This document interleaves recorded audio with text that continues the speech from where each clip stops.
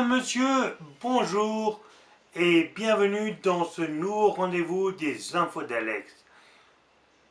Bonjour Simone.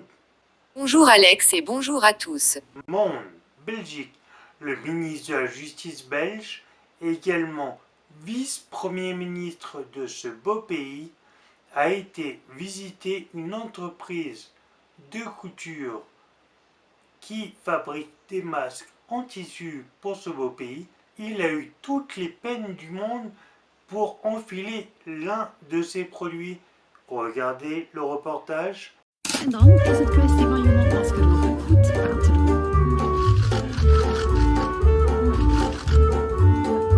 Même les plus grands humoristes belges ne l'ont pas encore fait. France politique.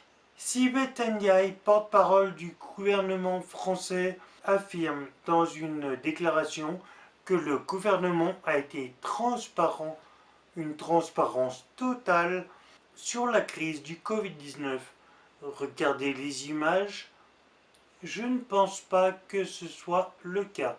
Porter un masque est parfaitement inutile. Nous encouragerons effectivement le grand public, s'il le souhaite, à porter des masques. Il n'est pas recommandé car il est inutile et qu'il prive ceux qui ont besoin des masques parce que leur activité les place dans des situations qui ne sont pas celles de la population générale, les soignants bien entendu. Ces masques donc sont livrés très régulièrement et les personnels des EHPAD font partie des personnels cibles. Mais vous reconnaissez qu'il en manque ? Les personnels soignants dans les hôpitaux.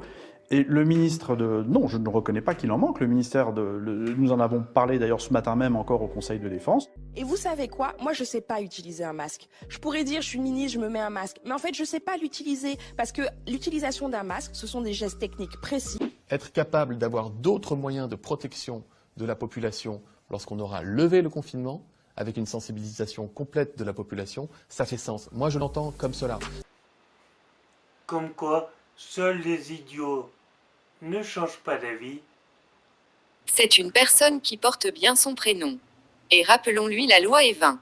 Nous sommes 67 millions, nous avons tous autant de connaissances que le gouvernement, ou peut-être on ne nous dit pas tout. France toujours. Police-justice, un automobiliste a été contrôlé dans le Gard à bord d'une Ferrari à 128 km/h le 1er mai au lieu de 50. Refus d'obtempérer. La voiture et son conducteur ont été retrouvés au domicile du conducteur. Suspension du permis pour le conducteur et mise en fourrière et saisie du véhicule par la justice. L'âne est à pied et le cheval cabré a été mis au box par les gendarmes. Téléphonie, les appels masqués étant devenus la règle pour des raisons de Covid-19, les corbeaux sont très tristes. Écoutez le reportage. Bonjour, moi et mes copains, on n'est pas contents parce que depuis le confinement, tout le monde se promène avec des masques. Alors fini les appels masqués, fini les corbeaux. C'est quoi ce bordel? J'en ai marre. Allez, j'en ai marre, je rentre chez moi. Musique. Simone a rencontré DJ Serpent, ce DJ français qui lui a permis d'avoir une interview. Simone, à vous. Bonjour DJ Serpent. Parlez-nous du hit parade. Salut les amis, c'est DJ Serpent.